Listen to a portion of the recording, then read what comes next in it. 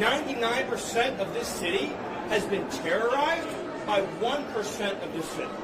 And the voices that you hear out there, those crazy communists, they have no roots, they have no connection to the city, they have no families they're raising in this city, they have no one that they're sending to school in this city, they have no jobs in this city, they have no connections to this community at all.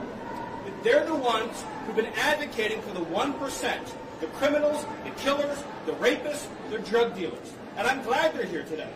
Because me, Pete, and the Vice President are all going to leave here, and inspired by them, we're going to add thousands more resources to this city to get the criminals and the gang members out of here. We're going to dismantle those networks, and we're going to prove that a city can serve for the law-abiding citizens who live there. We are not going to let the communists destroy a great American city, let alone the nation's capital.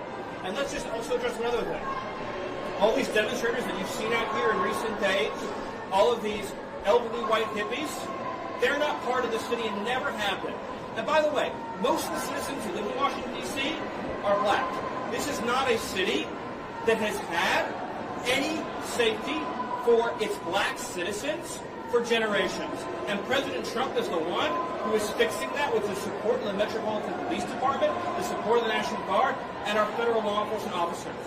So we're going to ignore these stupid white hippies that all need to go home and take a nap because they're all over 90 years old, and we're going to get back to the business of protecting the American people and the citizens of Washington, D.C. Mr. Vice President, why are troops stationed here at Union Station on the National Mall instead of areas in D.C. where crime is statistically highest?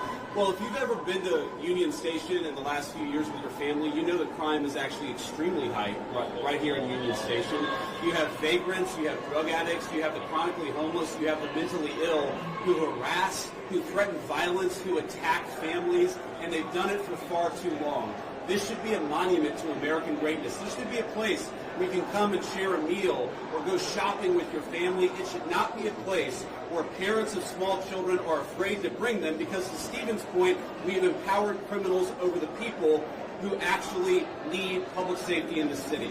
So I think Union Station is a great example of what's possible when you actually have the political willpower to bring law and order and common decency back to the public spaces of the United States of America. So many Americans live in cities. They occupy these spaces. They know how unsafe they are, and they would love to be able to just live their life in places like Union Station without violent criminals making it impossible. We have changed so much in 9 days, and I thought it important to highlight how great of a space this could be, how easy it could be to actually enjoy something like Union Station if you just had politicians who stopped prioritizing violent criminals over the public citizens who deserve public safety in their own communities. Well, look, we'll ultimately let the President of the United States determine where we are after 30 days of this emergency order. I think that we're going to make a lot of progress over the next 20 days. I think that we're 9 days into this thing. But if the President of the United States thinks that he has to extend this order to ensure that people have access to public safety, then that's exactly what he'll do. If he thinks he doesn't have to do that, obviously he'll make that determination. But what we're going to do is try to empower these guys to do as good of a job as possible to bring public safety and order back to Washington, D.C.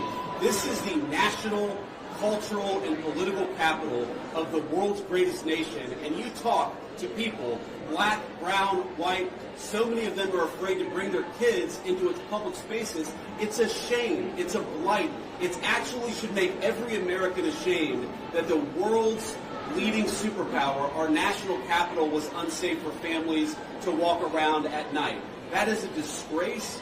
We don't think that it's acceptable, and thank God we have the presidential leadership to change it, and that's exactly what we're trying to do.